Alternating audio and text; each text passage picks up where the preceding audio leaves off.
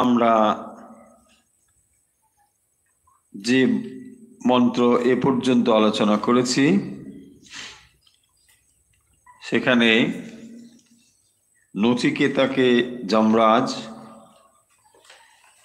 আত্মতত্ত্ব বলবার পূর্বে আত্মতত্ত্বের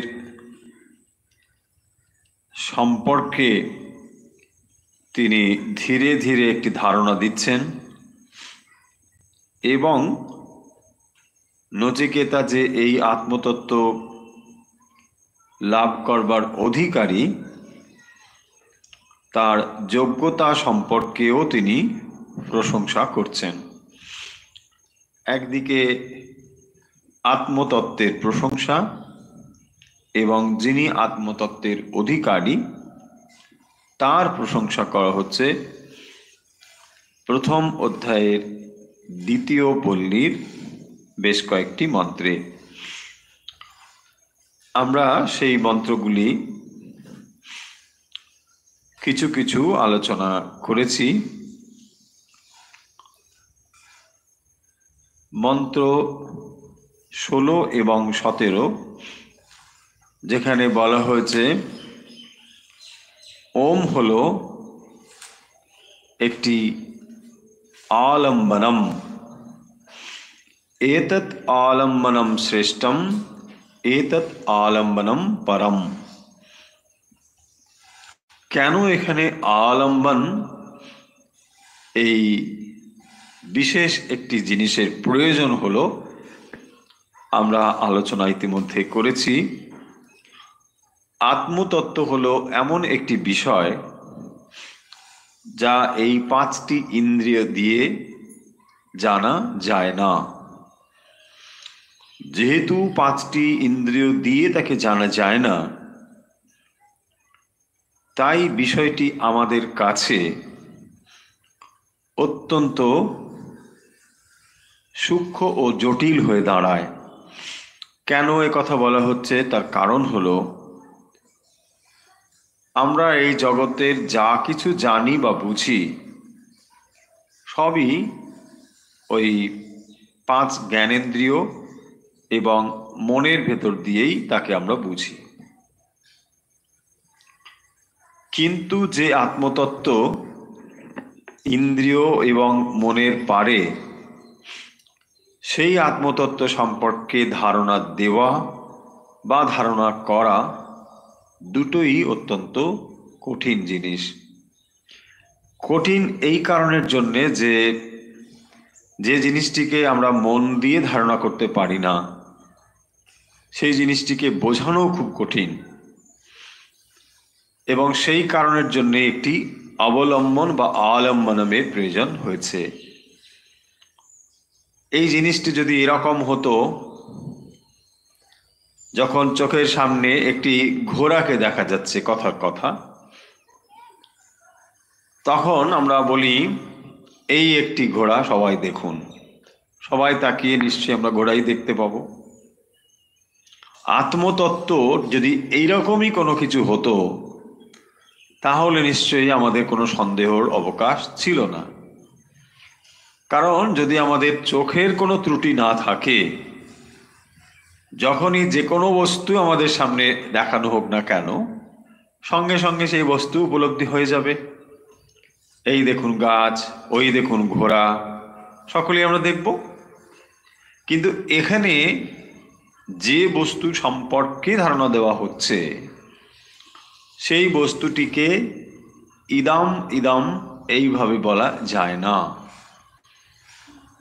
এখন মনে প্রশ্ন উঠতে পারে যে তাহলে যে বস্তুটিকে এরকম এরকম করে দেখা যায় না বা ডিফাইন করা যায় না, সেই বস্তুটি যে আছে এটাই বা প্রমাণ কি, তাই না? কেনই বা আপনি বলছেন যে ইন্দ্রিয়ের পারে এমন একটা জিনিস রয়েছে যা ইন্দ্রিয় প্রকাশ করতে পারে না? তাহলে সিম্পলিফাই করলে হলো দেয়ার ইজ নাথিং, তাই না? কিন্তু তা নয়। যেমন দেখুন, একটা বাস্তব এবং স্থূল এক্সাম্পল নিই, তাহলে জিনিসটি বুঝতে সুবিধে হবে। ইলেকট্রিসিটির জন্যে একটা বাল্ব জ্বলছে, কিন্তু বাল্বের জ্বলে থাকাটা ইলেকট্রিসিটির উপর নির্ভর করলেও তার সব কিছু কিন্তু ইলেকট্রিসিটির ওপর নির্ভর করে না। মানে ইলেকট্রিসিটি না থাকলে বাল্বটা জ্বলবে না, এ বিষয়ে কোনো সন্দেহ নেই। কিন্তু বাল্বটি কেমনভাবে জ্বলবে, বড় হয়ে না লম্বা হয়ে, গোল হয়ে, কি আকার নেবে, এসব কিন্তু নির্ভর করেছে ওই বাল্বটির ওপরে, ইলেকট্রিসিটির ওপরে নয়। কিন্তু আমি ইলেকট্রিসিটি দেখতে পাচ্ছি না, দেখতে পাচ্ছি কি? বাল্ব। তাহলে দেখতে পাচ্ছি আমি ম্যানিফেস্টেশন, দেখতে পাচ্ছি না, যেটা তার কারণ হচ্ছে বাল্বটি জ্বলে ওঠার জন্য ইলেকট্রিসিটি ডেফিনেটলি একটা কারণ, বাট কারণ is not visible. Visible is not, it doesn't mean that it is not there, তাই না? যে জিনিসটি দেখা যাচ্ছে না সেটা যে নেই এটা তো বলা যাবে না। যেমন ইলেকট্রিসিটিটা নেই বলে মনে হচ্ছে, বাল্বটাকেই দেখতে পাচ্ছি, কিন্তু তার পেছনে ইলেকট্রিসিটি রয়েছে।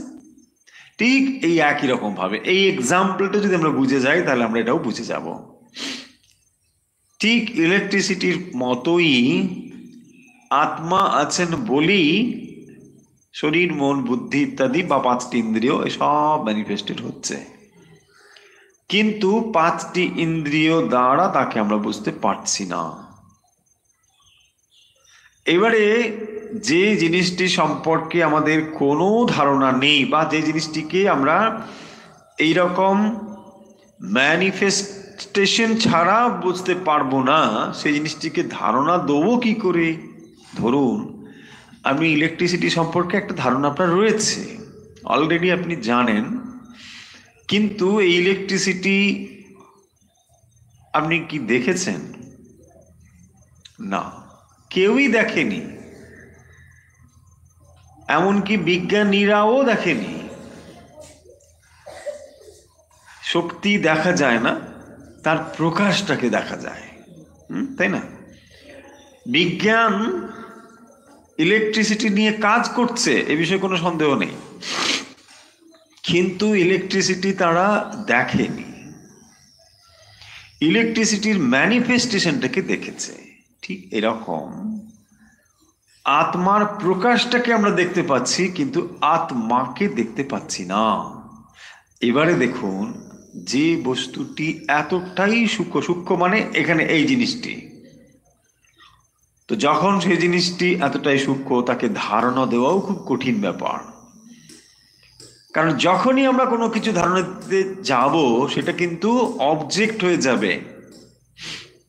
যখন আমরা বোঝাচ্ছি ইলেকট্রিসিটি, তখন যা বোঝাচ্ছি দ্যাট ইজ নট ইলেকট্রিসিটি, সেটা ইলেকট্রিসিটির একটা ম্যানিফেস্টেশন। ইলেকট্রিসিটি এর ভেতর দিয়েও প্রকাশ হচ্ছে, দেখো এটাও ইলেকট্রিসিটি ছাড়া হবে না, বাট এটা ইলেকট্রিসিটি নয়, এটা এই ডিভাইসের ভেতর দিয়ে প্রকাশিত হচ্ছে। ঠিক সেরকম ভাবে এই জিনিসগুলোকে এরকম করে বোঝানো হচ্ছে যে ইন্দ্রিয়াদির পেছনে যে তত্ত্বটি রয়েছেন সেটি হলো আত্মা। সেটি না থাকলে এগুলোর কোনো ভ্যালু নেই, কারণ এগুলো সবই জড়ধর্মী এবং সেটি একমাত্র চেতনধর্মী। আত্মা হচ্ছেন একমাত্র চেতনধর্মী। আবার আরেকটা পয়েন্ট আজ আমরা এখন বুঝবো, আজকে যে মন্ত্রটি পড়ব। এবারে এই এক্সাম্পলটা যদি মাথায় রাখি, দেখুন ইলেকট্রিসিটি ছাড়া বাল্ব জ্বলবে না বা পাখা ঘুরবে না, কিন্তু ইলেকট্রিসিটির মধ্যে কি ডুয়ারশিপ আছে, কর্তৃত্ব রয়েছে? নো, ইলেকট্রিসিটির মধ্যে কিন্তু কর্তৃত্ববোধ নেই। মিনস ইলেকট্রিসিটি জানে না যে সে এই কাজটা করছে, বাট তার জন্যে এটা হচ্ছে। কিন্তু ডুয়ারশিপ জিনিসটি রয়েছে, যদি থাকে এর মধ্যে ম্যাটার থাকবে না, পাখার মধ্যে রয়েছে বা বাল্বের মধ্যে রয়েছে। পয়েন্টটা কি? পয়েন্ট হলো ম্যানিফেস্টেশনের মধ্যেই ডুয়ারশিপ থাকলেও থাকতে পারে, কিন্তু কজের মধ্যে ডুয়ারশিপটা থাকবে না।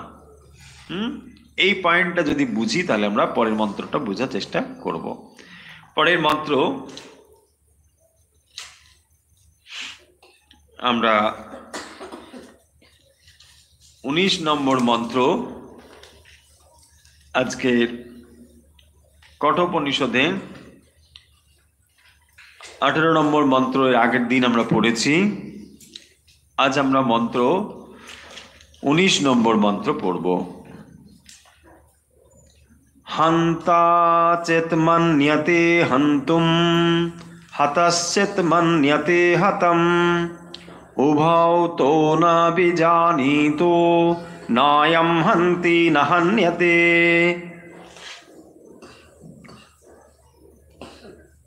18 নম্বর মন্ত্রে ন জায়তে ম্রিয়তে বা এসব কথা বলা হয়েছিল, যা ভগবদ গীতার যে শ্লোক আমরা পড়েছি তার সঙ্গে অনেকটা সিমিলারিটি আমরা আগের দিন বলেছি। আজ আমরা পড়ছি যে মন্ত্রটি, এখানে বলা হচ্ছে হন্তাচেত মন্যতে হন্তুম হতশ্চেত মন্যতে হতম উভৌ তৌ ন বিজানীতো নায়ম হন্তি ন হন্যতে। এখানে হন ধাতু রয়েছে, আমরা একটু ক্লিয়ারলি অর্থগুলো দেখে নিই। হন্তা, হন্তা মানে কি? হত্যাকারী হন্তা, খুব সহজ কথা। মন ধাতু মন্তা, যিনি মনন করেন, চিন্তা করেন। হন ধাতু হন্তা হয়েছে হত্যাকারী, যিনি হত্যা করেন, হন্তা। চেত যদি, হন্তুম মন্যতে মানে হত্যাকারী যদি হত্যা করতে মনে করেন, অভিলাষী হন, মন্যতে। চেত, হতাচেত, এবং যিনি হত হয়েছেন। হত এবং হন্তার মধ্যে তফাৎ কি? হতাহ মানে যিনি নিহত হয়েছেন, হতা। আর হন্তা মানে যিনি হত্যা করছেন। হয়েছে? দুটোর আশা করি বুঝতে পারলাম আমরা। একজন হত্যা করছেন তাকে বলা হয় হন্তা, আর যাকে হত্যা করছেন তিনি বলবেন আমি হত হয়েছি, তিনি হচ্ছেন হতা। হন ধাতু উক্ত প্রত্যয় হতা, তিনি হত হয়েছেন। আর একজন তিনি হত্যা করছেন। এইবারে হন্তাচেত হন্তুম মন্যতে, যিনি হত্যাকারী তিনি যদি মনে করেন যে আমি হত্যা করলাম। আবার হতচেত, যিনি হত হয়েছেন তিনিও যদি মনে করেন, নিজেকে মন্যতে মনে করে যে আমি হত হয়েছি। স্বাভাবিক তো, যিনি হত হয়েছেন তিনি তো মনেই করবেন না আমি হত হয়েছি। আবার যিনি হত করছেন মানে হত্যা করছেন তিনি মনে করবেন আমি ওকে মারলাম। তার মানেটা কি? সিম্পল, একজনের মধ্যে আছে কর্তৃত্ব আর একজনের মধ্যে হচ্ছে কর্মত্ব, তাই না? কর্ম অ্যান্ড কর্তা দুটো জিনিস আছে। একজন করছে আর একজন কে করছে, তাই না? তার মানে একজন হলো কর্তা আর একজন হলো কর্ম। তার মানে আত্মার মধ্যে কর্তৃত্বও নেই, কর্মত্বও নেই। কর্তৃ কর্ম, এই যে ভাবটি, এটি দুটোর কোনোটাই নেই। মানে আমি করি না, এমনকি করাতেও পারি না। এইটা সেই জন্য এখানে এই শব্দ দুটো বলা হলো। তৌ উভৌ, তৌ উভৌ মানে হত্যাকারী এবং যাকে হত্যা করা হয়েছে দুজনেই ন বিজানিতঃ, এই দুজনেই আত্মতত্ত্ব জানেন না। কেন না অয়ম না হন্তি না হন্যতে। বাহ, বেশ তো মজার কথা, তাই না? এটা অ্যাপারেন্টলি একটু বিপরীত বলে মনে হচ্ছে, তো আমরা ধীরে ধীরে আসবো সেই কথায়, কেন এই কথাগুলো হলো। দেখুন, প্রথমে রয়েছে কি, হন্তা চেত মন্যতে হন্তুম। হন্তা মানে যিনি হত্যা করছেন, তিনি মনে যদি করেন যে আমি ওকে হত্যা করলাম, এটাও যথার্থ নয়। এবং যিনি হত হচ্ছেন তিনিও যদি মনে করেন আমাকে ও হত্যা করলো, এটাও যথার্থ নয়, দ্যাট ইজ অলসো ফলস। হয়েছে? তো উভৌ মানে তার দুজনেই কি, ন বিজানিতাহ, এর দুজনের কেউই জানে না। কি জানে না? মশাই মেরে ফেলেছে, আর কি জানবে, তাই না? ন, এখানে এই হন্তু বা হত্যা করা এই শব্দগুলো কেন নিয়ে এলেন? দেখুন, মানুষের মধ্যে সব থেকে বড় ভয়টা কি রয়েছে? মৃত্যু ভয়, না? মানুষ একদিন মারা যাবে, এই ভয়টা রয়েছে। এবং সেই কারণের জন্য এই হন ধাতুটাকে এখানে নিয়ে এলো, যে তুমি কাউকে মারতে পারবে না, তুমিও কখনো মারা যাবে না। বলছেন এটা তো একটা কিরকম কথা? কত মানুষ মারা যাচ্ছে, একে হত্যা করে দিচ্ছে, তাকে হত্যা করে দিচ্ছে, এটা ঘটছে না? ঘটছে তো, ঘটছে। এই জিনিসটি ঘটছে, ব্যবহারিক ভাবে ঘটছে। এখানে যে জিনিসটি বলা হচ্ছে এটি অন্য। এটা বলছেন পারমার্থিক সত্য। পারমার্থিক সত্যটি কি না, যদি কেউ কাউকে হত্যা করে, এ বি কে হত্যা করছে ধরুন, তাহলে এ হচ্ছেন হত্যাকারী আর বি হত হচ্ছেন। এবারে এ যদি বি কে হত্যা করে, সে যদি জানে যে আমি ওকে হত্যা করলাম, বলছেন সে এইটা জানে যে কেবলমাত্র সে শরীরটিকে হত্যা করলো, তাই আত্মাকে সে হত্যা করতে পারলো না। সেই জন্য বলা হচ্ছে উভৌ তৌ না বিজানিতাহা, এর দুজনের কেউ আসল ব্যাপারটি জানে না,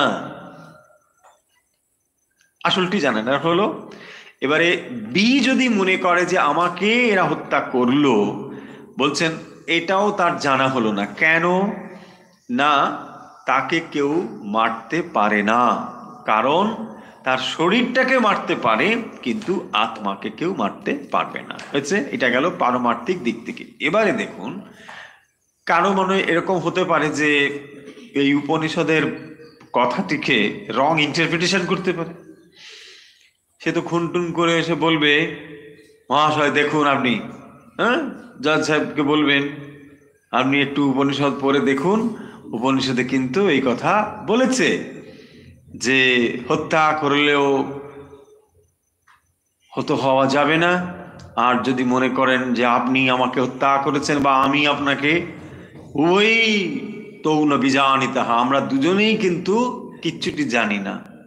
আরে বাপ রে বাপ! কিন্তু জজ সাহেবও এর আগে এসব ভালো করে পড়াশুনো করেছেন, তিনিও এসব জানবেন। বলবেন খুব ভালো কথা, এখন তোমার যা শাস্তি নির্ধারিত আছে তুমি আগে এটা ভোগ করো, তাই না? তার মানে দেখুন, যদি আপনার কর্তৃত্ব বোধ না থাকে, তাহলে শাস্তিটারও কর্তৃত্ব বোধ থাকবে না, তাই না? আপনি যখন বলছেন যে আমি ওকে কিছুই করিনি, ভালো কথা, তোমার শাস্তিটাও তোমার নেই, তাই না? অন্য কারো হচ্ছে তো হচ্ছে, তোমার কি, তাই না? শ্রীরামকৃষ্ণ একটা এক্সাম্পল দিয়েছেন না, সব রামের ইচ্ছে। যদি সব রামের ইচ্ছেই হয়, তাহলে তিনি কি বলছেন, আমাকে ধরে নিয়ে গেল রামের ইচ্ছা, তারপরে আমাকে বেঁধে ফেললো রামের ইচ্ছায়, হ্যাঁ, তারপরে ছেড়েও দিল রামের ইচ্ছায়, আছে না? তার মানে এটা কি, যদি রামের ইচ্ছা হয় তাহলে সবটাই রামের ইচ্ছা, না হলে আমার ইচ্ছা। যদি আপনার কর্তৃত্ব বোধ না থাকে, তাহলেও ব্যবহারে কোনো সমস্যা হচ্ছে না। যদি আপনি মনে করেন যে আমি কাউকে হত্যা করি না বা আমাকে কেউ হত্যা করতে পারে না, তাহলে আপনার কর্তৃত্ব বোধ নেই, ভেরি গুড। তাহলে আপনার উপর সমাজ যে শাস্তিটা দেবে তার কর্তৃত্ব বোধও নেই, তাই না? সেটা অন্য কারো শাস্তি হচ্ছে, অসুবিধে কি? কারণ আপনি কাউকে হত্যা করেছেন মানে তার শরীরটাকেই হত্যা করেছেন যদি ধরেই নি, আপনি আত্মার কিছু করতে পারেননি, দ্যাটস গুড। কিন্তু তার শরীরটা হত্যা করলেও তো সমাজ তাকে একটা শাস্তি দেবে, ঠিক হোক। কিন্তু যেহেতু তোমার কর্তৃত্ব বোধ নেই, তোমার তার ওই শাস্তিটারও কর্তৃত্ব বোধ থাকার কথা নয়। কাউকে কাউকে শাস্তি দিল তো কি হয়েছে, তাই না? সে বলবে বাহ হয়েছে, ভালো, ভেরি গুড, আমার ফাঁসি হবে, কি আনন্দ করবে, কারণ কর্তৃত্ব নেই তো তোমার, তাই না? যদি সত্যিই তার কর্তৃত্ব বোধ না থাকে, তাহলে তার জন্য তার আনন্দ অনুভব হবে যে বাহ কি সুন্দর ফাঁসি হবে, ভালো লাগবে, কি সুন্দর আমার শাস্তি হবে, ভালো লাগবে। বোঝা যাচ্ছে? তাহলে মানে যদি কর্তৃত্ব না থাকে তাহলে কোনোটাতেই থাকবে না, আর যদি কর্তৃত্ব থাকে পুরোটাই থাকবে। এই তাই এটা রং ইন্টারপ্রিটেশন হওয়ার কোনো জায়গা নেই, এই জায়গাটা ভুল বোঝার কোনো কারণ নেই। অনেকে বলতে পারে, ভাবতে পারে যে তাহলে সমাজে একটা বিশৃঙ্খলা তৈরি হবে, না তা হবে না। এই লাইনটি বা মন্ত্রটি সে কথা বলছেন না। তাহলে এর বক্তব্যটা কি আমরা আরেকবার স্পষ্ট বুঝে নিই। বলছেন হন্তা চেত মান্যতে হন্তুম, হতশ্চেত মান্যতে হতম। নর্মালি কি হবে, যিনি হত্যা করবেন তার ভেতরে একটা কর্তৃত্ব থাকবে, আমি এটা করেছি। আবার যাকে এটা করা হলো তার ভেতরেও কর্তৃত্ব থাকবে যে আমাকে এটা করেছে, মেরে ফেলেছে, এটা থাকবে। তো উপনিষদ এখানে এই মন্ত্রে বলছেন উভৌ তৌন বিজানিতা, তার দুজনের কেউই জানে না। নায়ম হন্তি না হন্যতে, না অয়ম, অয়ম না হন্তি। অয়ম মানে আত্মা, আত্মা তাকে না হত্যা করা যায়, না তাকে হান্যতে কেউ হত্যা করতে পারে। আমিও কাউকে হত্যা করতে পারি না, আমাকেও কেউ হত্যা করতে পারে না। এটা আমরা গীতাতেও পড়েছি, অন্যত্রও পড়েছি। তো এখানে তাহলে কি বলা হলো, আশা করি বুঝলাম আমরা। এই মন্ত্রে তাহলে বলছেন যে এই যে আত্মতত্ত্ব সম্পর্কে নচিকেতাকে ভগবান যমরাজ বলবেন, যেখানে এই আত্মতত্ত্বটি তাহলে কি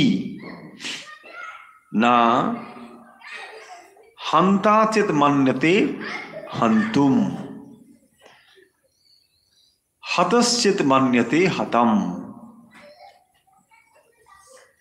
তার দুজনের মধ্যেই কেউই এই জিনিসটি জানে না। তার মানেটা কি?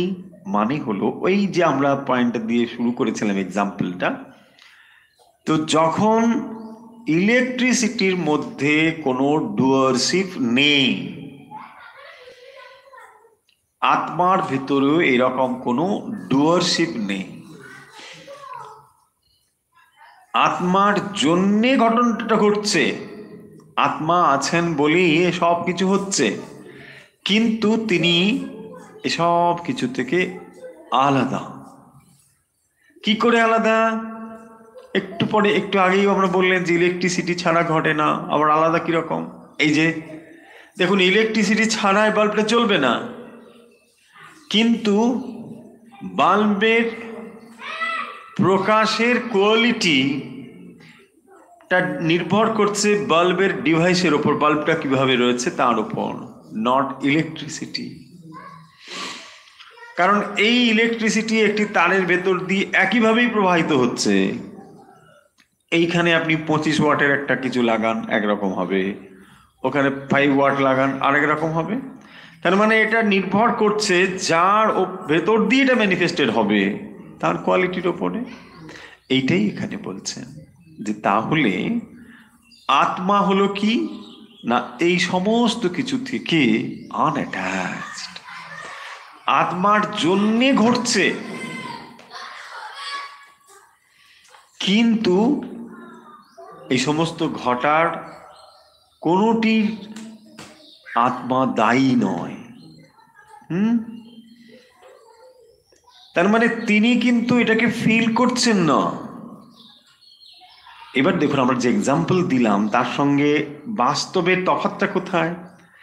যে আমরা ইলেকট্রিসিটির কথা বললাম, এটি একটি জড় শক্তি, বিদ্যুৎ শক্তি জড় শক্তি, কিন্তু আপনার ভেতরে যেটি দ্বারা আপনি অনুভব করছেন সেটি হচ্ছে চেতন শক্তি। এই হলো তফাৎ। এটা কিন্তু জড় নয়। বিজ্ঞান এই বিদ্যুৎ শক্তি দিয়ে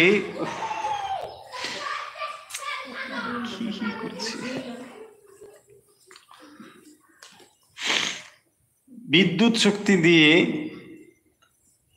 কত কিছু করছে, কিন্তু এই বিদ্যুৎ শক্তিটা হচ্ছে জড় শক্তি। আপনার ভেতরেও একটা শক্তি কাজ করছে এবং সেটি হলো চেতন শক্তি।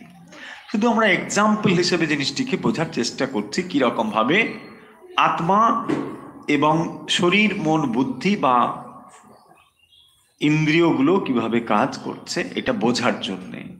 তাহলে দেখুন, একটা মানুষ যাকে আমরা ধরুন বাল্বের সঙ্গে যদি তুলনা করি, তার ভালো মন্দ এসবগুলো কোথায় রয়েছে না, তার ইন্দ্রিয় এবং মনের দ্বারাই সেটা হচ্ছে। আপনার আমার মন ইন্দ্রিয়গুলো যেমন যেমন, ঠিক তেমন তেমন ভাবে আমরা ইলেকট্রিসিটিকে ম্যানিফেস্ট করছি। মানে ওই বাল্বের মতোই, একটা বাল্বের ধরুন 25 ওয়াট, 10 ওয়াট, এইভাবে ইলেকট্রিসিটি ইজ ইকুয়াল, কিন্তু বাল্বের ক্যাপাসিটি অনুযায়ী সেটা ম্যানিফেস্টেড হচ্ছে। এবারে একটা বাল্বের লাল আলো দেওয়া, একটা বাল্বের নীল হয়ে জ্বলা, এই কোনোটা কি ওই বিদ্যুৎ শক্তির ওপর নির্ভরশীল? বলছে না না না না না, এটা তার উপর নির্ভরশীল নয়। বোঝা যাচ্ছে? দেখুন, এইগুলো যদি আমরা বুঝে যাই না, তাহলে আমরা যে আত্মা আনঅ্যাটাচড এই জিনিসটি বুঝে যাব। তাই আমরা একটু ধীরে ধীরে বলবার চেষ্টা করছি যে শরীর, মন, বুদ্ধির ভেতর দিয়ে এই আত্মা প্রকাশিত হচ্ছেন, কিন্তু আমাদের 5টি ইন্দ্রিয় এবং মন যেমন যেমন ভাবে এই আত্মাকে প্রকাশিত করছেন, তেমন তেমন ভাবেই আমরা এই জগৎটাকেও অনুভব করছি, তাই না? কিন্তু তিনি এগুলোর থেকে সম্পূর্ণ আলাদা। এবং সেই স্ট্যান্ড পয়েন্ট থেকে এই কথাটিকে এবারে বোঝার চেষ্টা করুন যে বাল্ব একটা আলো দিচ্ছে। এখন ওই বাল্ব যদি মনে করে যে এই আলো দেওয়া আমি দিলাম, তাহলে কি সেটা ঠিক হলো? বলছে না না না, এই আলোটা দেওয়ার জন্য ওই ইলেকট্রিসিটি হচ্ছে তার কারণ, তাই না? তাহলে তার মধ্যে এটা নেই, মানে ইলেকট্রিসিটি যেটা ম্যানিফেস্টেড হয়ে আসছে সেইটা কিন্তু টোটালি আনঅ্যাটাচড। তার মানে ডিভাইসের ভালো কিংবা মন্দ, ছোট কিংবা বড়, তার সঙ্গে ইলেকট্রিসিটির কোনো যোগ নেই। ব্যাস, অনলি দিস মাচ। এইটা যদি মনে রাখি তাহলে হয়ে গেল, তাই না? যে আমরা প্রশ্ন করি না যে আত্মা এই হয়ে গেল। এবারে দেখুন, আত্মা ইজ আনঅ্যাটাচড। আপনার আত্মা, ওন আত্মা, তার আত্মা বলে তফাৎ কিছু নেই। যেমন একটা ইলেকট্রিসিটি যেমন তারের ভেতর দিয়ে প্রবাহিত হচ্ছে, এই তারের আপনি যে কোনো জায়গাতেই কানেক্ট করে দিন না কেন, বাল্ব বা ডিভাইসটা জ্বলে উঠবে। যদিও এই তত্ত্বটা আমরা জেনে গেছি বলে এক্সাম্পলটাকে খুব ইজি মনে হচ্ছে, যে একটা লাল আলো ওখানে জ্বলে উঠলো, একটা নীল আলো জ্বলে উঠলো, গোল আলো জ্বলে উঠলো, একটা লম্বা আলো জ্বলে উঠলো, এত ভ্যারিয়েশনস গুলো। তার মানে আপনি একরকম, উনি একরকম, কত মানুষ, আমরা কত ভ্যারাইটি।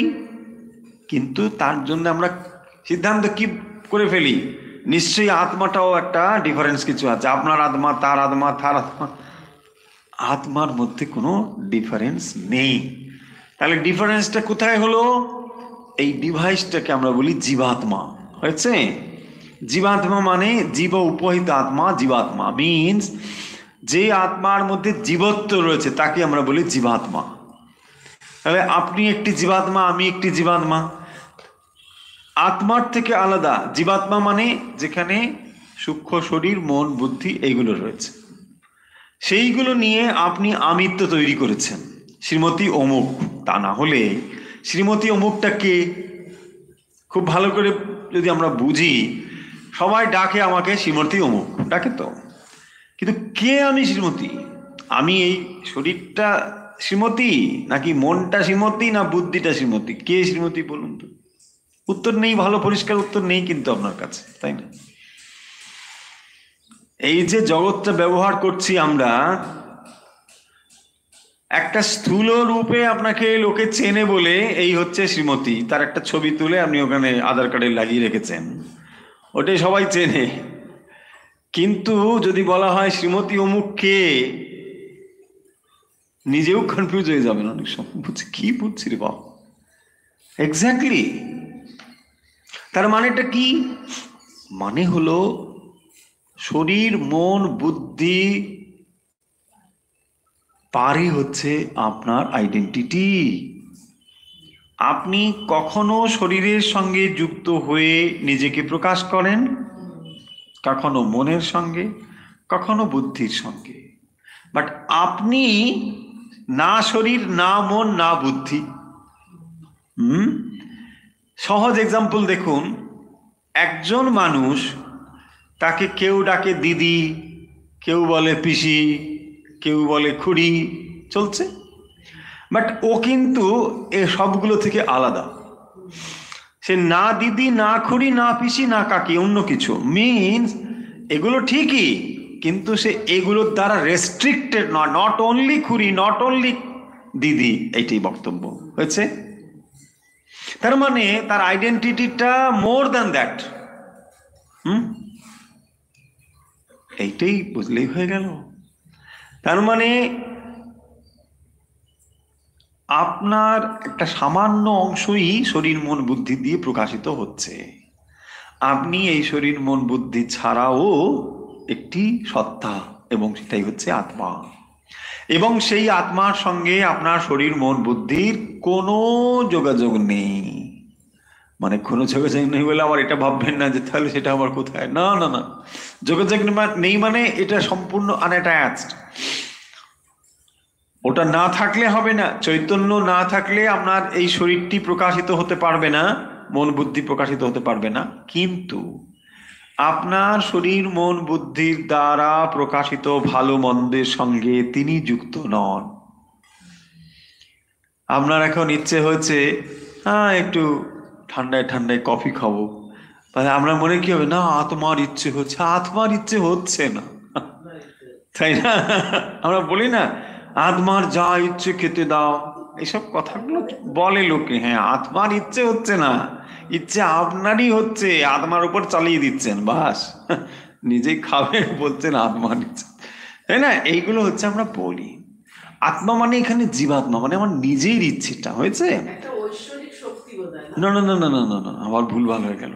ঐশ্বরিক শক্তি, ঐশ্বরটা করতে গেল আবার, ঈশ্বরটা আবার এলো এলো কোত্থেকে এখানে? ঐশ্বরিক আবার শক্তি, দুটো শব্দ বলে ফেলেছেন আপনি।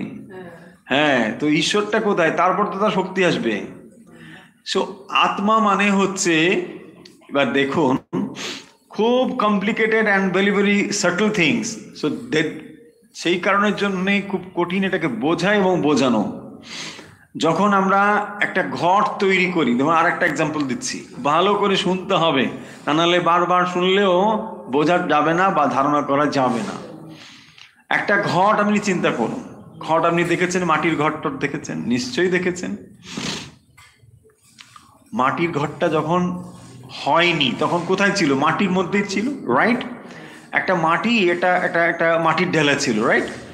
সেখান থেকে একটা চাকের মধ্যে দিয়ে ঘুরিয়ে ঘুরিয়ে একটা ঘট বানিয়ে ফেললো, হলো? এবার দেখুন, যখন আপনি ওই মাটিটাকে ঘটে রূপান্তরিত হয়ে দেখছেন, এটা কি হলো? মাটির একটা নির্দিষ্ট ফর্ম বা শেপের নামই ঘট। এটা বুঝতে কোনো সমস্যা আছে? মাটির একটা নির্দিষ্ট ফর্মের নাম, আমরা আকারের নাম দিচ্ছি ঘট। তাকে আমরা কলসিও বলতে পারি, কুজোও বলতে পারি, পারি তো, কলস বলতে পারি, কত রকম বলতে পারি, সরা বলতে পারি, অনেক রকম সব শেপ হতে পারে, ঠিক আছে? যাই হোক না কেন, এবারে যদি আমরা ওই ঘটটাই ভাবি, তাহলে দেখুন ওই ঘটের মধ্যে কি আছে? স্পেস আছে, আকাশ আছে, হুম।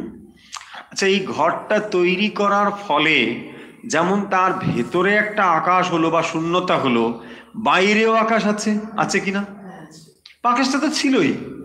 যেই আপনি ঘরটা তৈরি করলেন, যেন আকাশটাকে আপনি ভেঙে ফেললেন, মানে আকাশটা যেন তার বাইরে হলো ভিতরে হলো হলো।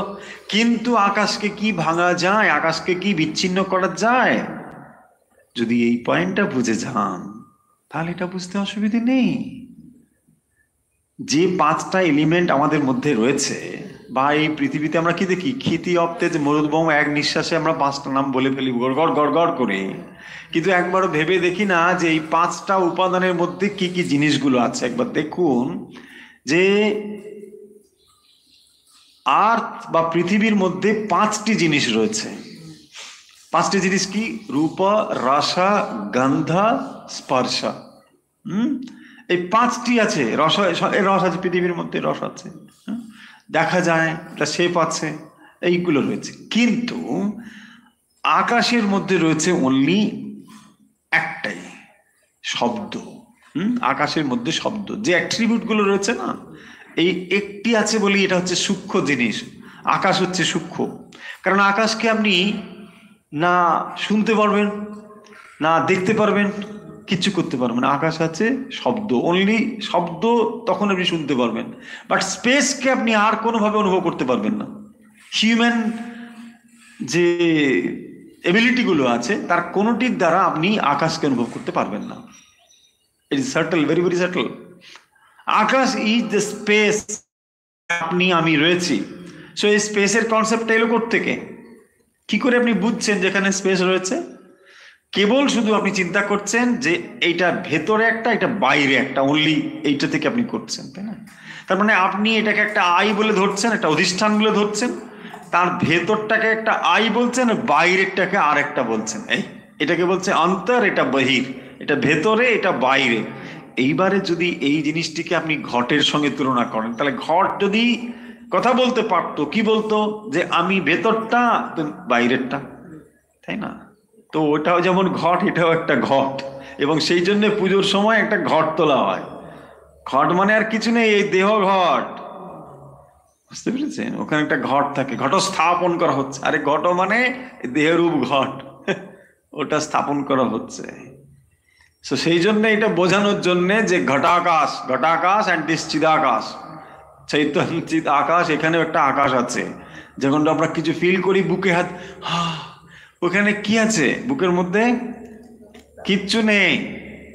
অন্তত আপনি মানে বায়োলজিক্যালি দেখতে গেলে যা আছে সে তো রয়েছে, কিন্তু আপনি ফিল করছেন যে জিনিসটি, সেটা ওখানে কিছু নেই।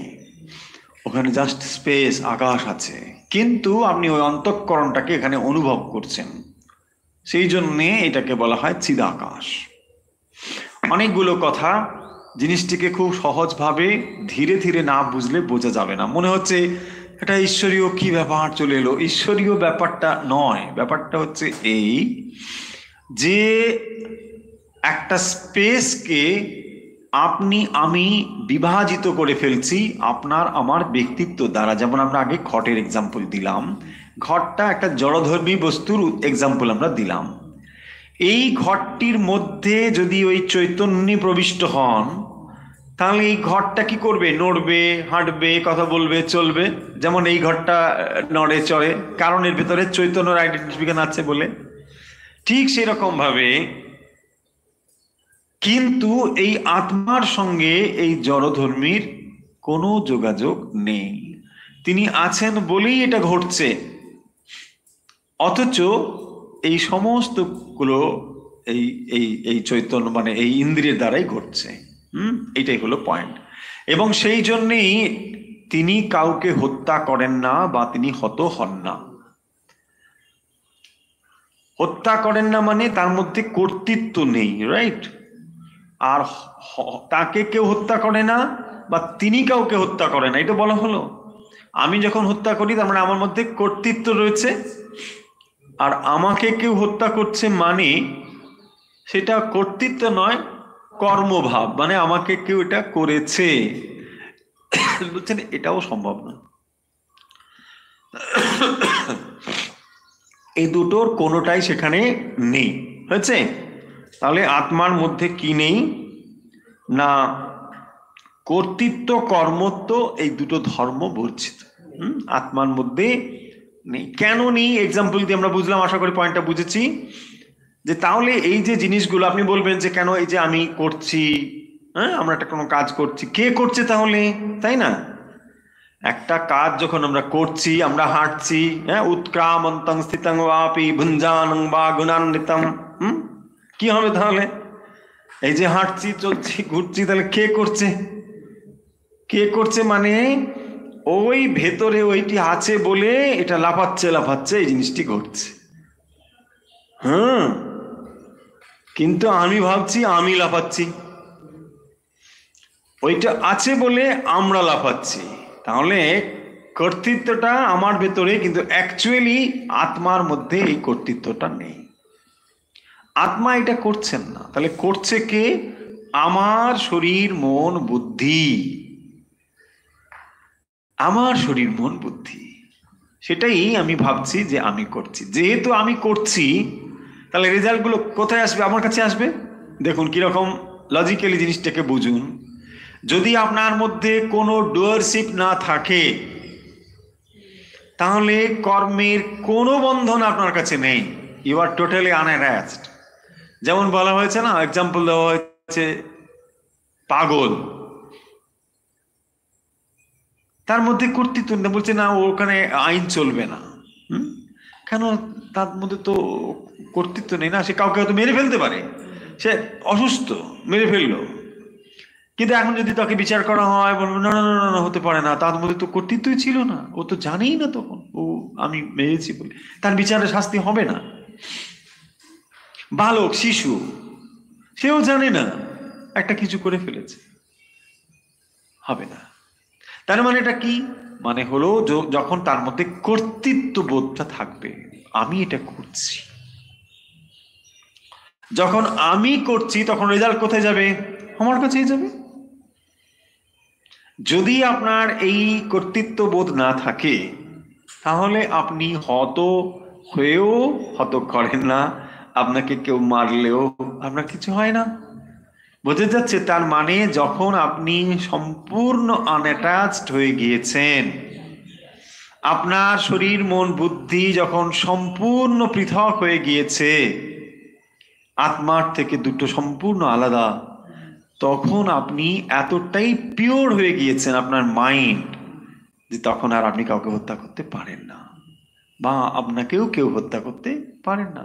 আপনি তখন পিওর সোল, আত্মা, তখন আপনার ভেতরে আর কোনো কিছু নেই। এই যে তফাৎটা তাহলে কোত্থেকে হলো? তফাৎ হলো আমিত্বের তফাৎ, তাই না? একটা জীবের মধ্যে আমিত্ব, এটাই আপনাকে পরমেশ্বর থেকে তফাৎ করে রেখেছে। জীব মাত্রই ব্রহ্ম, জীব মাত্রই ব্রহ্ম, অদ্বৈত বেদান্তের কথা বারবার বলছেন, কিন্তু ওই জীবের মধ্যে জীবত্বরূপ ব্যবধানটুকু রয়েছে, এবং সেই কারণের জন্যে আমরা কি করছি? আমরা নিজেদেরকে কর্তা বলে ভাবছি। এই কর্তৃত্ব বোধটা চলে গেলেই যা ছিল তাই থাকবে। সেই কারণের জন্য যমরাজ দেখুন নচিকেতাকে এই জিনিসগুলো খুব ধীরে ধীরে বলছেন, কারণ না হলে এই জিনিসগুলো বোঝা যাবে না, বোঝা যাবে না। আমরা আজ এই জিনিসগুলোকে খুব এক্সাম্পল দিয়ে বলছি, যমরাজের কাছে তো ইলেকট্রিসিটি ছিল না যে একটা এক্সাম্পল দিয়ে বল, তাহলে হয়তো নচিকেতা বেশ সহজেই বুঝে যেত, তাই না? ইলেকট্রিসিটি আজ আবিষ্কার হয়েছে বলে আজ আমরা খুব সহজেই একটা এক্সাম্পল দিয়ে ধারণা করতে পারছি, কিন্তু নচিকেতাকে অ্যাবসার্ড জিনিসগুলো খুব চিন্তা করে করে বুঝতে হচ্ছে, তাই না? তা না হলে সে বুঝবে কি করে? তাকে বোঝাতে হবে। সেই জন্যে এরকম ধীরে ধীরে এখানে এই জিনিসগুলো আলোচনা করা হয়েছে। তা না হলে এই জিনিসগুলো আমরা বুঝবই না, শুধু নয় আমরা বিপরীত ধারণা করতে পারি, ভুল জিনিসও বুঝে ফেলতে পারি। সেই জন্যে এখানে এই জিনিসগুলো ধীরে ধীরে বলা হয়েছে। আমরা কি একটু এগোতে পারি? আমরা একটু বোধহয় এগোতে পারি, 20 নম্বর মন্ত্র খানিকটা শুরু করতে পারি, পরের দিন বিস্তারিত আলোচনা হবে। মন্ত্র নম্বর 20। अनोरणीयान महतो महीयान आत्मा सजन्तोर्निहितो गुहायां तमक्रतु पश्यति भीतशोक धातु प्रसादान महिमानात्मनः। এখানে আনোরণীয়ান মাহতো মহিয়ান, আনো মানে অণু, অণু পরমাণু, খুবই সূক্ষ্ম জিনিস। আনোহ আনিয়ান, আনিয়ান মানে সূক্ষ্মতর। আনিয়ান মানে আবার কেউ পেঁয়াজ টেঁয়াজ ভাবে না, ভাবতেও পারে। আনো আনিয়ান, আনো তার মানে অণুর থেকেও অণু তম, অনুতর হয়েছে। খুবই সূক্ষ্ম যে জিনিসটি।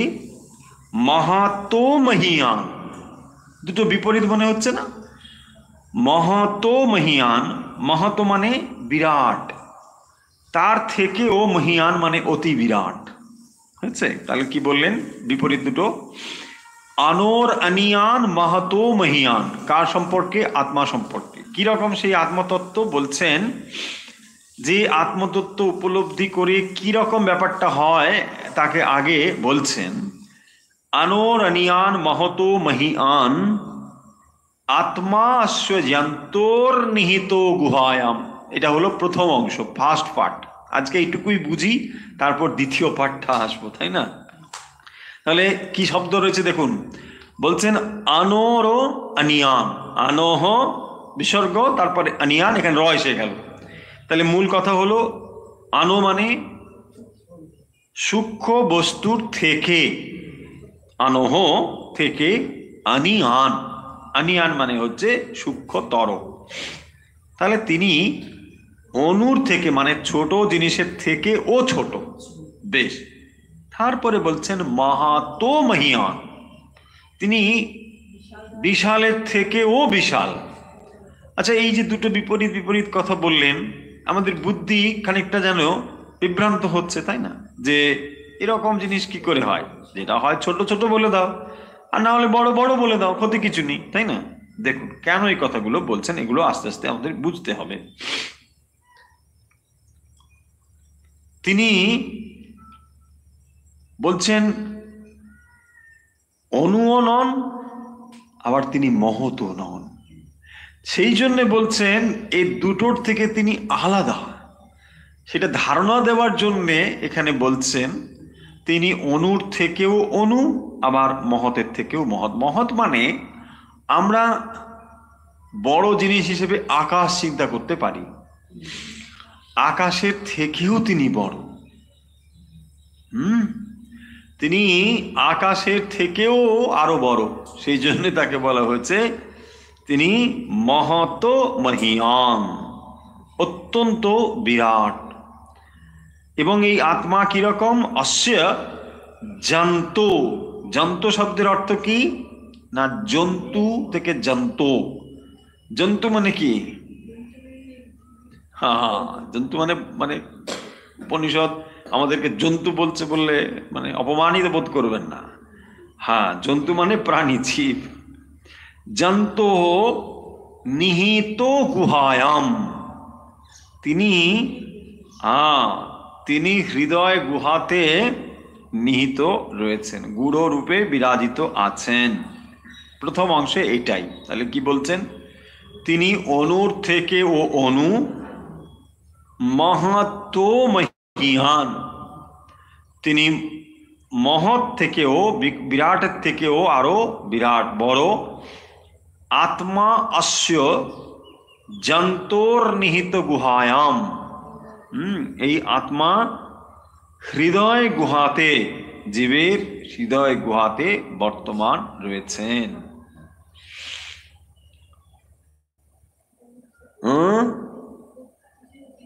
এটা বলা হচ্ছে এই জন্যে যে একটা ধারণা দেওয়া হচ্ছে, কিন্তু তিনি এগুলোর থেকে সম্পূর্ণ আলাদা। স্মরণ করছি শ্রীরামকৃষ্ণের দেওয়া এক্সাম্পল, বহুরূপীর এক্সাম্পল শ্রীরামকৃষ্ণ দিয়েছেন। বলছেন একজন দেখে এলো গাছে একটা জন্তু, সেটা লাল। বলছে না না না না, ওটা লাল হবে কেন, আমি দেখলাম ওটা হলুদ রঙে, তাই না, আছে না গল্পটা। তারপরে একজন না না না, ওটা লালও নয়, ওটা হলুদও নয়, ওটা আসলে বহুরূপী। হ্যাঁ, ওটা এক এক সময় এক এক রকম রং হয়। এই এক্সাম্পলটা কেন বলছেন, যে এই যে আত্মার অ্যাট্রিবিউট গুলো বলছেন, তিনি ছোট থেকেও ছোট, বড় থেকেও বড়, এই কোনোটাই তার অ্যাট্রিবিউট নয়। অ্যাট্রিবিউট কথার অর্থ হলো কোয়ালিটিস, বৈশিষ্ট্য। এই কোনোটাই তার বৈশিষ্ট্য বা কোয়ালিটিস নয়, এটাকে ধারণা দেওয়া হচ্ছে।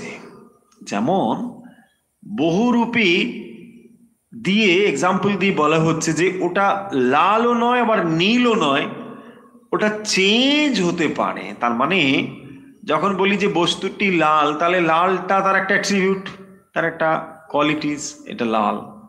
নো, বলছেন এটা এরকম নয়, এটা যে নীল, বলছেন তা নয়, এটা কখনো লাল, কখনো নীল, কখনো আরো কত কি হতে পারে।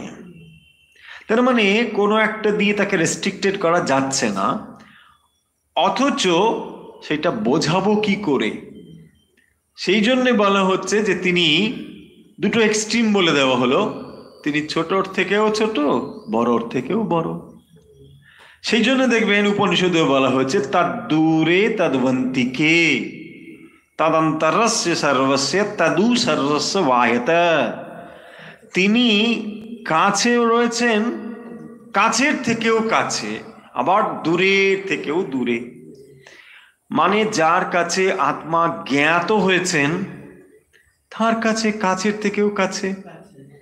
না, ভগবান কোথায়, না তিনি আমার হৃদয়ে আছেন, তাই না। তার মানে তিনি আপনার এখানেই আছেন, সব থেকে কাছে আছেন, তাকে যে কোনো মুহূর্তেই আপনি স্মরণ করলেই সঙ্গে রয়েছেন।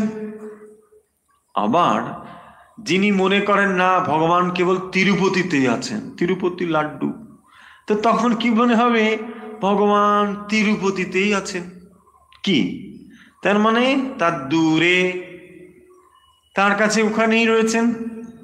আবার যিনি ফিল করেন এনি টাইম এনিওয়্যার তিনি আছেন, হয়েছে। সেই কারণের জন্য ভগবানকে বলা হয়েছে তার দূরে তদ্বন্তিকে। তাহলে এই যে নেগেটিভিটি গুলো বা দুটো বিপরীত শব্দগুলো দিয়ে বলা হলো, যে এগুলো দিয়ে কেবল তাকে একটা ধারণা দেওয়া হচ্ছে তিনি কিন্তু এইগুলো থেকে সম্পূর্ণ আলাদা। কারণ এই যে আমরা একটু আগে বললাম যে ভালো মন্দ প্রকাশের কোনো কিছু তার উপর নির্ভর করে না, তাই না। একটা ডিভাইস ভালো কিংবা মন্দ, লাল কিংবা নীল, দেখুন এখান থেকে এই সব হয়েছে। হিন্দু, মুসলমান, বৌদ্ধ, খ্রিস্টান, আমরা যা বলছি এগুলো সব কি, ওই ডিভাইসের কোয়ালিটি, তাই না। বলছে না হিন্দুর আত্মা আলাদা, মুসলমানের আত্মা আলাদা, তিনি এইসব মন্ত্র বুঝবেন না। বলছেন না না না, এইসব কোনো ব্যাপারই না, তাই না। তাহলে এগুলো সব কোথায়, ম্যানিফেস্টেশনের ক্ষেত্রে, কিন্তু আত্মার ক্ষেত্রে কোনো তফাৎ নেই, আত্মা সব এক, সমস্ত আত্মা এক, তাই না। সেই জিনিসগুলো এখানে বলছেন যে এই মন্ত্রটি খুব সুন্দর মন্ত্র, অনোরণীয়ান মহতো মহিয়ান আত্মা অস্য জন্তো নিহিত গুহায়াম। জন্তো মানে জীবের, গুহায়াম হৃদয় গুহাতে তিনি নিহিত রয়েছেন। তিনি অন্তর্যামী রূপে প্রত্যেক হৃদয়ে তিনি রয়েছেন। আপনি যদি বায়োলজিক্যালি ওখানে ডিসেকশন করে দেখার চেষ্টা করেন, ভগবান ওখানে কোথায় পড়ে আছে দেখবো, God particles, no no no, ওরকম কিছু দেখা যাবে না। কিন্তু আপনি যে ফিল করছেন, আপনার যে অনুভব, ওই অনুভবটি হচ্ছে হৃদ আকাশে, হৃদয় রূপ একটি আকাশ রয়েছে, সেই আকাশেই এই অনুভবটুকু হয় যে তিনি ওই চিদাকাশে, হৃদ আকাশে তিনি রয়েছেন। ভগবান যন্তর নিহিত গুহায়াম, তিনি ওই হৃদয় গুহাতে রয়েছেন। তাহলে যখন তিনি এই হৃদয় গুহাটিতে ম্যানিফেস্টেড হচ্ছেন, তো তখন আমরা সব থেকে কাছে তাকে অনুভব করছি। আবার যখন আমরা এই অনুভবটা করতে পারছি না, তখন তিনি মহানের থেকেও মহান, কত বড় থেকে কত বড়। এই আকাশ যত বড়, আকাশ মানে আমরা যতটুকু স্পেস দেখছি তা তো আকাশ নয়। আকাশ মানে তারও পারে। যে আকাশ আমরা ধারণা করছি দিগন্ত রেখা বলে আমরা বলি, সেই দিগন্ত তো একটা কল্পনা। কোথাও তো আকাশ মাটিতে মিশে যাচ্ছে না, কিন্তু আমরা যেন ভাবছি আকাশ মাটিতে মিশে যাচ্ছে, কোথাও তো যাচ্ছে না। আপনি ওখানে গেলেও দেখবেন আরো কোটি কোটি মাইল চলে গিয়েছে, তাই না? তার মানে এটা একটা অসীম অনন্ত ব্যাপার আকাশ। এই সমগ্র জিনিসটি সেই জন্য বলছেন যে এই বিশালের থেকেও তিনি বিশাল। যার থেকে এই জিনিসগুলো এসেছে, তো তিনি নিশ্চয়ই তারও পারে রয়েছেন। আমরা এটা অন্য প্রসঙ্গে বলেছিলাম যে যিনি যা সৃষ্টি করেন তিনি তার সৃষ্টির থেকে আরো বড়। আপনি একটা বই লিখলেন, আপনি কি বইতে যা লিখেছেন কেবল ওটুকুই আপনার জ্ঞান? তা তো নয়, নিশ্চয়ই তার পারেও আপনার জ্ঞান রয়েছে। তার মানে আপনি যা সৃষ্টি করেন তার পারেও আপনার আরো রয়েছে বুদ্ধিমত্তা, আপনি রয়েছে। তার মানে ভগবান যেটা সৃষ্টি করেছেন, যাকে আমরা দেখছি, তিনি তার পারেও রয়েছেন, তাই না? এটা সর্বত্রই সত্য। যাই হোক, তাহলে আমরা 20 নম্বর এর পরের দিন পড়ব, কিন্তু আজ আমরা তার খানিকটা অংশ, প্রথম অংশটুকু কেবল পড়লাম। অর্থ এর কিন্তু ব্যাখ্যা রয়েছে, সেটা আমরা আলোচনা করব। এর পরের মন্ত্রের অর্থ বলবো এবং ব্যাখ্যা করব। আমরা একটু একটু করে কঠোপনিষদ পড়ার চেষ্টা করছি। আমরা আগেই বলেছি বহুবার যে এই উপনিষদগুলোর চর্চা করা হতো মুনি ঋষিরা, সাধু সন্ন্যাসীরা, তারা গৃহত্যাগী, তারা সংসার থেকে অনেক দূরে এই সমস্তগুলোকে চর্চা করতেন। কখন না জীবনের একেবারে শেষ প্রান্তে, জীবনের আর বিশেষ কিছু তার সময় বাকি নেই। অর্থাৎ মানে বাকি নেই বলার কারণ হলো যে তখন নিশ্চয়ই তিনি বাজে কাজে সময় নষ্ট করবেন না। তাই যা তিনি করবেন এটা নিশ্চয়ই একটা গুরুত্বপূর্ণ জিনিস।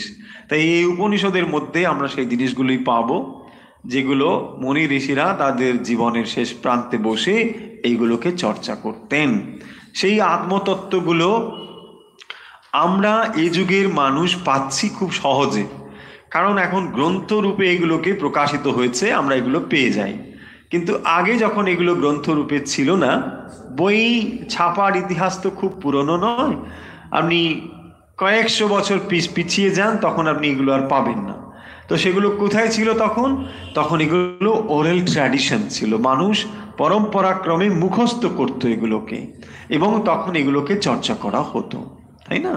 তো এই জ্ঞান রাশি আমরা এই যুগের মানুষ পেয়ে যাচ্ছি খুব সহজে, এবং সেগুলোকে আমরা একটু একটু করে চর্চা করব। আমরা হয়তো কেউ মুনি ঋষিদের মতো জীবনযাপন করতে পারছি না, সব ছেড়ে ছুড়ে হয়তো এগুলোকেই শুধু নিয়ে বসে রয়েছি, তা হয়তো হচ্ছে না। কিন্তু তা না হলেও এই জিনিসগুলোর ভেতরে যে গুরুত্বপূর্ণ ভাব রয়েছে সেগুলো নিশ্চয়ই আমরা চিন্তা করতে পারি। এবং সেই কারণের জন্যই দেখবেন স্বামীজির উদ্দেশ্য ছিল যে বনের বেদান্তকে ঘরে নিয়ে আসা।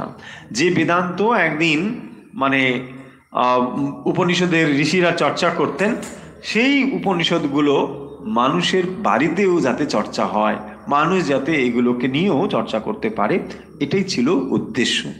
তাই আমরা এই উপনিষদ, কঠোপনিষদ খুব সহজ একটি উপনিষদ এবং যার মধ্যে আখ্যায়িকা রয়েছে, তো সেইগুলোকে আমরা একটু একটু করে মন্ত্রের ভেতর দিয়ে, আখ্যায়িকার ভেতর দিয়ে, নানা রকম উপমার ভেতর দিয়ে বোঝার চেষ্টা করছি, যাতে করে আমরা এই মন্ত্র সম্পর্কে খানিকটা ধারণা করতে পারি। তো আশা করছি কঠিন হচ্ছে না। যদি কঠিন হয় নিশ্চয়ই তার জন্য প্রশ্নোত্তর রয়েছে, আপনারা জানাবেন।